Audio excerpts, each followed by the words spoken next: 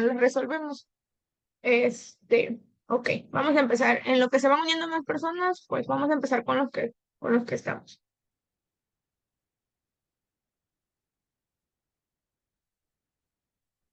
Si no me escucho en alguna parte, igual díganmelo para que pues yo pare y, y vuelva a empezar.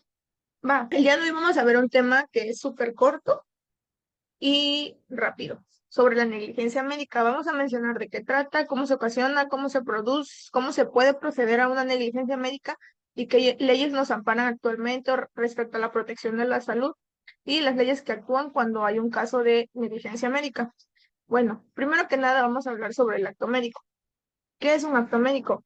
El acto médico pues, va a ser un conjunto de acciones que recibe el usuario o paciente en los servicios de salud, las cuales tienen como objeto la recuperación del paciente y son realizadas por un profesional de la salud. Hay que aclarar algo. No va a haber negligencia médica si no existe acto médico. Van de la mano. Por ejemplo, sin un acto médico no va a existir la negligencia médica. Es decir, cuando hay no sé, se realiza un procedimiento, digamos que una operación, una curación de alguna curación de herida o cualquier cosita, de lo más mínimo a lo más grave, y si omitimos algún cierto punto de este procedimiento que nosotros ya sabemos cómo se debe de llevar a cabo y lo omitimos, aquí estamos cayendo en la negligencia. Ok. El objetivo principal del acto médico va a ser la resolución del problema del paciente, es decir, la recuperación. Eso es lo que va a tratar de hacer el acto médico. La recuperación favorable del paciente dependiendo su patología. Ok. En mil, según la Ley General de Salud, en 1984, en el artículo 23, menciona que para comprender al acto médico dentro del concepto de los servicios de salud, entendidos esto como todas aquellas acciones realizadas en beneficio del individuo y de la sociedad en general, dirigidas a promover, proteger y restaurar la salud de la persona y la colectividad. Recordamos que la protección de los servicios médicos se encuentra regulada a través de aspectos tanto éticos como legales, en donde se ven involucrados los valores propios del prestador del servicio y los del orden legal. Un buen médico siempre a revelar, se va a revelar por el diagnóstico. Es decir, ¿cómo yo sé que voy con un buen médico? Porque el médico, conforme a la clínica, conforme a la exploración del paciente, y conforme a una historia clínica previa bien realizada, vamos a poder dar el diagnóstico certero de ese paciente y al dar un diagnóstico certero y fidedigno, podemos dar una buena terapéutica.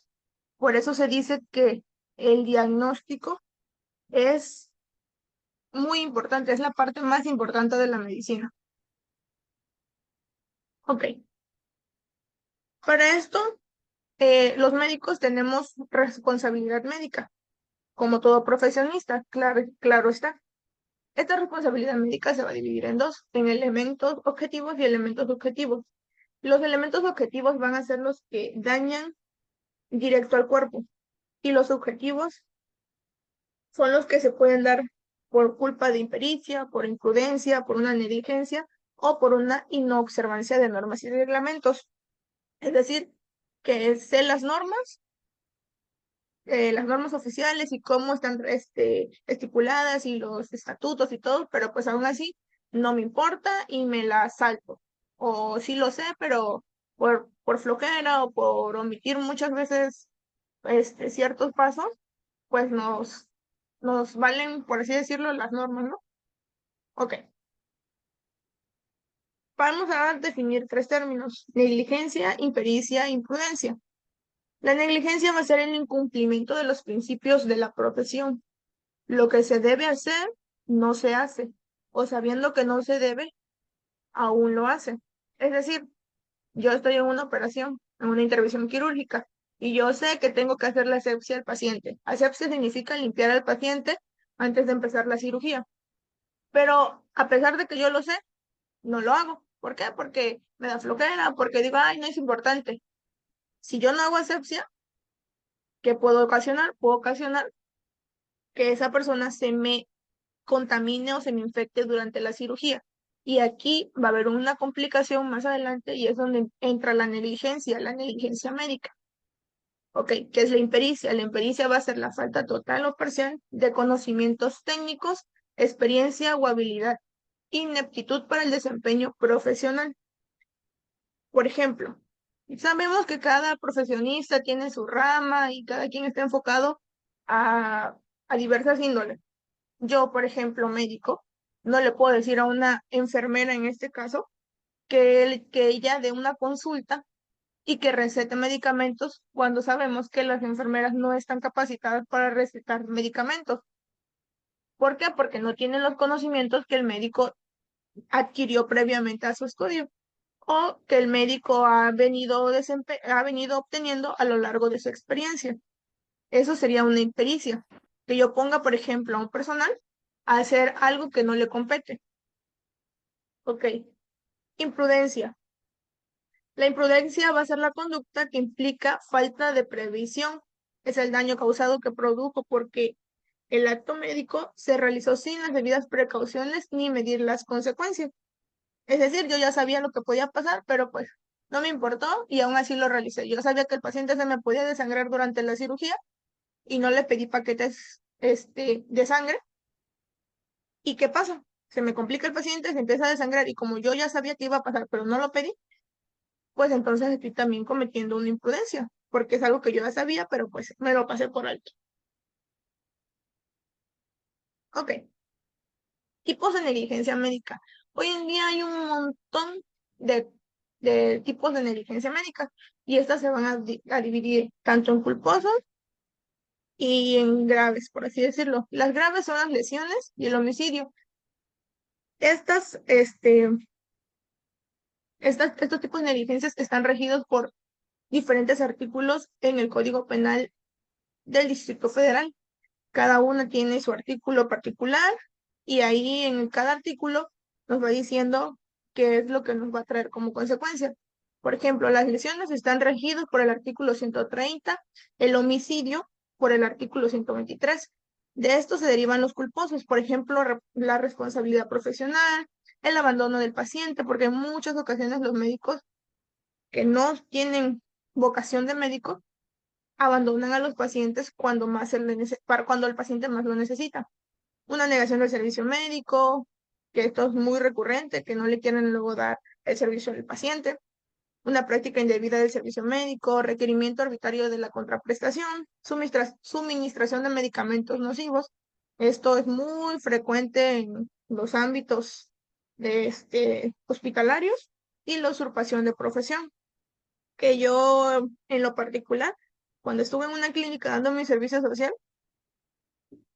médicos que eran médicos generales y no médicos cirujanos operaban a los pacientes, cuando sabemos que un médico general no puede realizar una operación porque no está avalado ante el Consejo de Cirugía y obviamente no sabe cómo se debe de realizar la cirugía. Sí, que por experiencia y todo, pero eso no tiene nada que ver y eso es una usurpación de la profesión. Y es un delito muy grave. Ok, las leyes para la negligencia.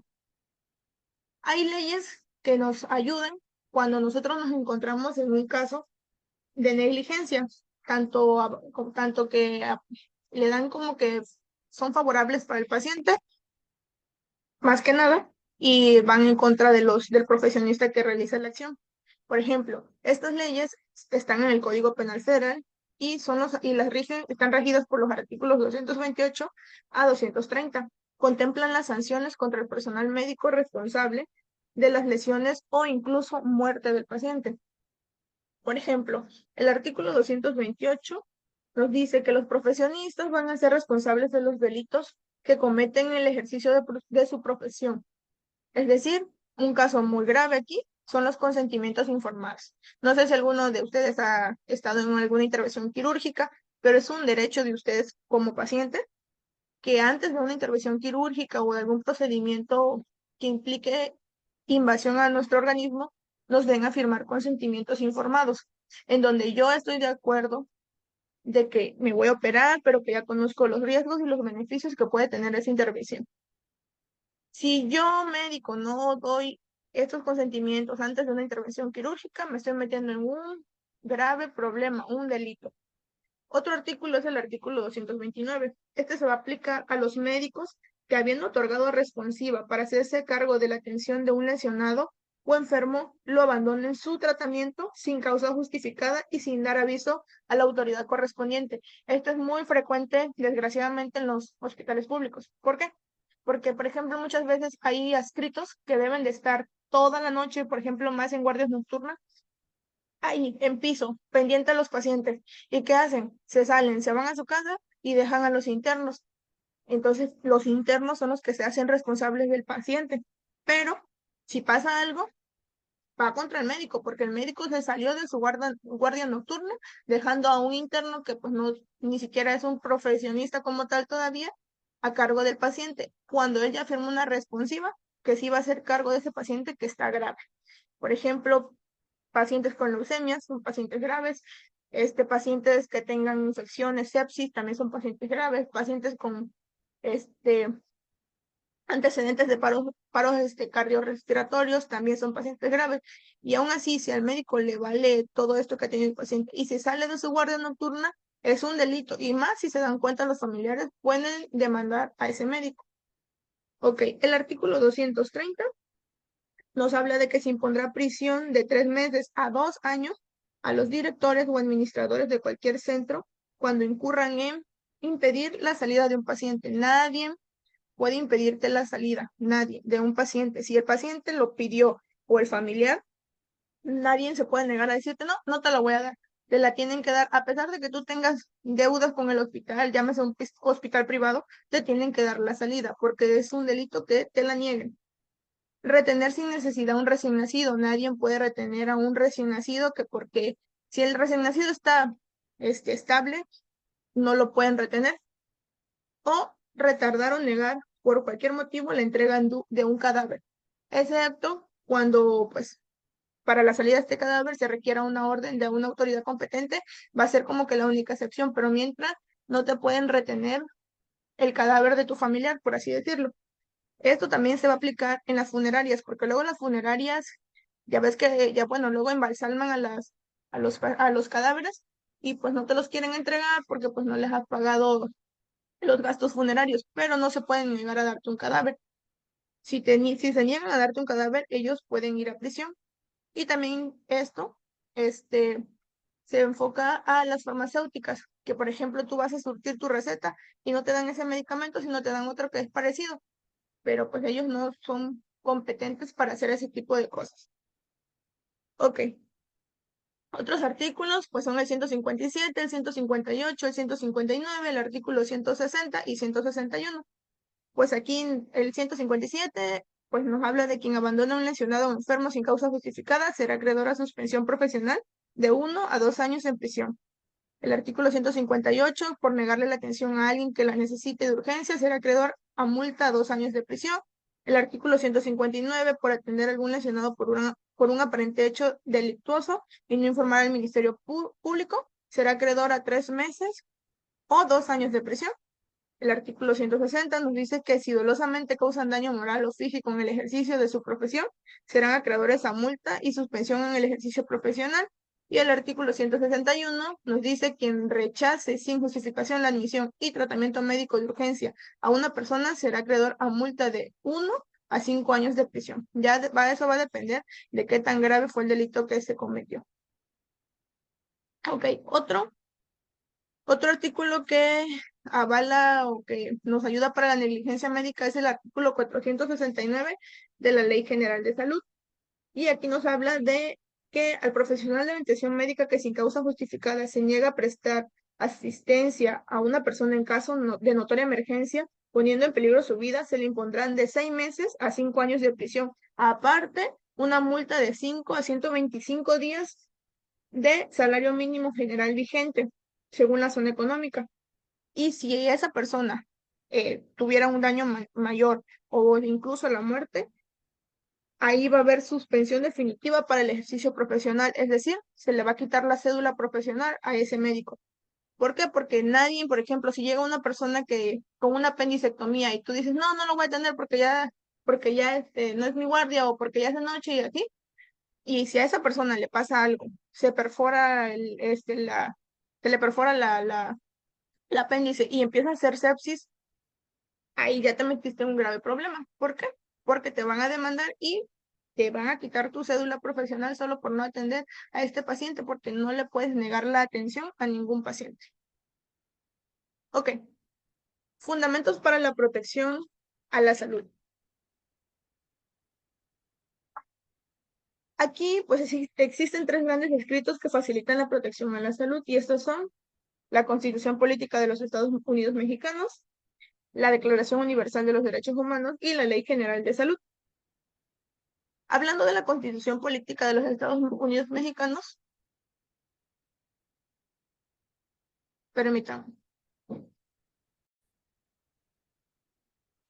Ok, hablando de la Constitución Política de los Estados Unidos Mexicanos, nos menciona aquí el artículo 4, la salud como derecho fundamental, el derecho a la protección de la salud como garantía social. Es decir, que todos tenemos derecho a la salud, al acceso a la salud desde niños recién nacidos hasta los adultos mayores. A nadie se le puede negar ese derecho, a nadie. Y si te lo niegan, puedes demandar porque es un delito. La Declaración Universal de los Derechos Humanos, en su artículo 25, nos menciona que toda persona tiene derecho a un nivel de vida adecuado que asegure, así como a su familia, la salud y el bienestar, en especial la asistencia social y los servicios necesarios. ¿Qué servicios sociales entran aquí? Pues los estatales y los federales, llámese INSS, ISSSTE, ISET, Secretaría de Salud, todos esos son servicios sociales a los que nosotros tenemos derecho. Igual, esa Declaración Universal de los Derechos Humanos, hay un artículo importante que es el artículo 6, que habla justamente sobre los consentimientos informados, que es importantísimo. Si médico que intervenga una persona quirúrgicamente y no tenga los consentimientos informados, el paciente en su expediente clínico, es 100% demandable. Y la última es la Ley General de Salud, que nos incluye en dos artículos, el 51 y el 27. El 51 nos dice que los usuarios tendrán derecho a obtener prestaciones de salud oportunas y de calidad idónea y a recibir atención profesional y éticamente responsable, así como trato respetuoso y digno de los profesionales técnicos y auxiliares. Y el artículo 27 nos dice que el derecho a la salud, entre varios elementos, comprende el disfrute de los servicios de salud de calidad en todas sus formas y niveles. Es decir, desde una medicina familiar de primer nivel hasta el tercer nivel, que son los de especialidades. Nosotros tenemos derecho a esos servicios.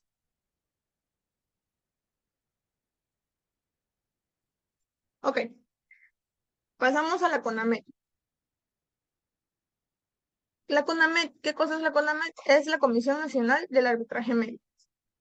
¿Qué función tiene la CONAMED en contra de la negligencia? Pues según el Código Penal, va a establecer que los derechos de los pacientes, así como de los médicos, o sea, me establece los derechos de los pacientes y de los médicos, porque cada uno tiene derechos. Esta identificación de los derechos permite comprender la relación médico-paciente. Me va a permitir comprender la posición de la corresponsabilidad que se tiene entre la relación antes mencionada y propicia la comprensión que dicha relación emana y debemos de tener claro que como tenemos derechos, tenemos obligaciones. Ok.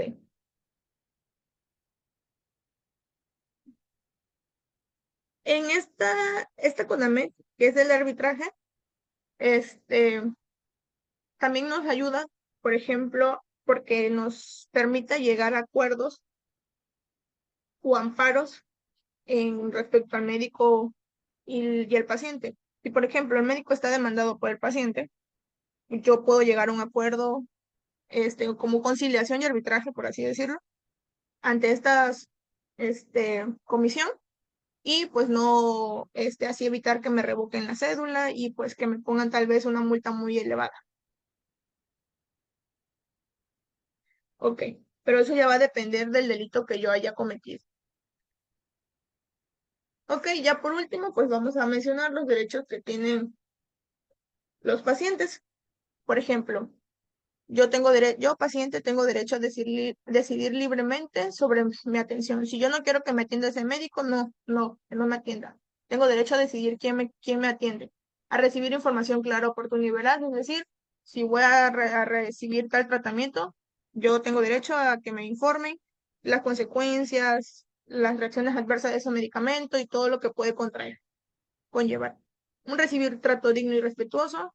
Aquí no me pueden, este, discriminar ni por mi color, ni por mi raza, ni por mi género. Recibir atención médica adecuada y más si es de urgencia. Si yo presento una urgencia, tengo que recibir esa atención de inmediato. Otorgar o no su conocimiento o consentimiento válidamente informado. Es decir, si yo me tengo que operar, pero ya me informaron de los riesgos y yo mejor decido no operarme, estoy en todo mi derecho de no firmar y no hacerme la cirugía. Aunque el doctor diga que de eso depende de mi vida, pero si yo no quiero, pues no se hace. Y sobre todo ser tratado con confidencialidad. Aquí entra el derecho que tenemos de que si yo le cuento algo a mi médico, él no lo tiene por qué ir a decir ni a mi familiar ni a ninguna otra persona, porque es un delito. Y los derechos de los médicos, pues primero ejercer la profesión de forma libre y sin presiones, laborar en instituciones apropiadas y seguras que garanticen su práctica profesional, tener a su disposición los recursos que requiere su práctica profesional, recibir un trato respetuoso por parte de los pacientes y sus familiares, salvaguardar su prestigio profesional, tener acceso a educación médica continua y ser considerado en igualdad de oportunidades y sobre todo percibir remuneración por los servicios prestados. En conclusión, para que ocurra una negligencia debe existir el acto médico. El acto conlleva una gran responsabilidad, pues al realizar una omisión de procedimientos podemos involucrarnos en problemas legales que procedan a una multa económica o incluso una sanción del ejercicio de esta noble profesión. Toda acción trae consigo una reacción y por ende un riesgo, por lo cual siempre será importante tu expediente clínico completo y consentimientos informados y firmados, ya que esta será su mayor defensa en casos demandables. Y de hecho, nosotros, bueno, los pacientes tienen derecho a un expediente clínico y esto lo avala la norma 004, en donde nos dice cómo debe de ser un expediente clínico muy bien hecho. Ok, bueno, no sé si tengan alguna pregunta, alguna duda.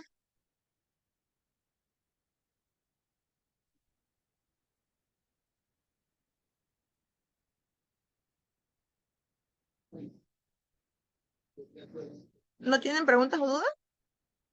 Sí, doctora, permítame. Yo tengo una pregunta. Habló acerca de las sanciones a los médicos en caso de pues no recibir información, etcétera. A mí me gustaría saber qué tipo de sanciones, o sea, se le puede aplicar a un médico en este caso que pues sea, no sé, demandado o acusado por algún paciente. Ok, bueno, como lo había mencionado antes, las sanciones van desde suspensión de un mes hasta 2 años de su cédula profesional. Y lo más grave sería la suspensión definitiva, que le quiten la cédula profesional o sea, de por vida y ya no pueda ejercer su profesión. Aparte, pues de pagar las multas al paciente conforme el delito que se cometió, que ya había yo comentado que eran de 5 a 125 días. Ya eso va dependiendo de qué tan grave fue el delito. Ok, gracias. ¿Ok? ¿Alguna otra pregunta?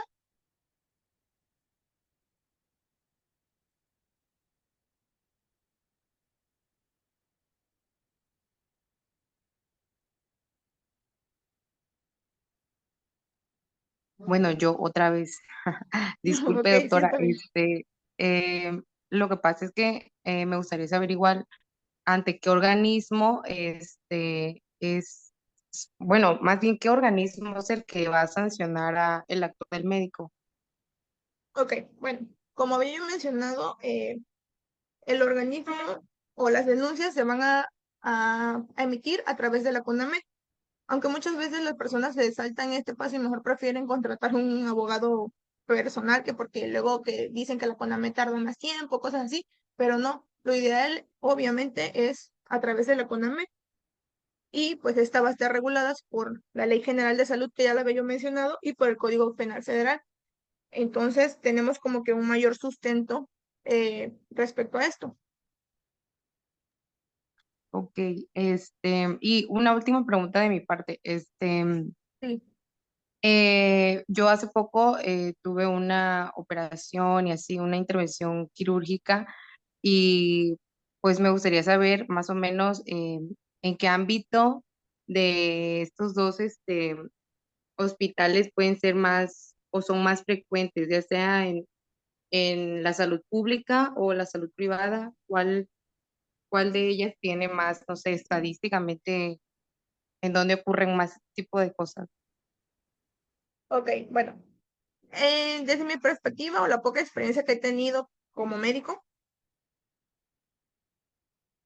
pues en el ámbito público. En el ámbito público, pues ocurren la mayoría de estas negligencias, desgraciadamente, más que nada porque, por ejemplo, el médico luego, como yo mencionaba, se salen de las guardias o o se omiten procedimientos o muchas veces no dejan las notas o las indicaciones médicas como deben de ser, le dejan como que el trabajo aparte de enfermería, que la verdad que a enfermería le reconozco todo lo que hace, pero pues obviamente ellos no están capacitados cuando haya una emergencia de qué medicamentos poner, porque para eso se supone que está el médico de guardia. Pero igual en el privado pueden ocurrir, igual yo he estado en el ámbito privado y por ejemplo en una ocasión como pasante de servicio social, este, me tocó ver que pues entran a la cirugía y luego por ejemplo se saltan procedimientos respecto a higiene o, por ejemplo, de que pues el médico piensa que ya lo tiene todo controlado y de repente estaba precisamente en una cirugía de cesárea y la doctora pensó que ya tenía todo controlado y así, y de repente lesionó, permítame. Ok, como te mencionaba, estaba yo pues en la cirugía y según aparentemente todo estaba bien, cuando de repente la doctora lesiona con el bisturí la vejiga de la paciente, y pues se le complica a la paciente, empieza a sangrar y desgraciadamente pues no tenía los paquetes de sangre para trasplantarle a la señora y pues no se pudo hacer nada. La señora incluso hasta cayó en paro cardiorrespiratorio y lo único que hicieron, pues estaba en un hospital privado que no tenía todas las medidas que debe tener un hospital privado, no contaba ni con un área de terapia intensiva, nada de eso, que son cosas que pues son muy importantes para el hospital privado, y pues se llevaron a la señora al hospital público y allá la señora pues afortunadamente salió bien porque pues la atendieron los médicos de la pública. Entonces, digamos que en ambos ámbitos puede suceder este tipo de negligencia. Ok, doctora, gracias, muy amable. Bueno, pues les agradezco su tiempo y pues que tengan una excelente tarde. Gracias. Gracias.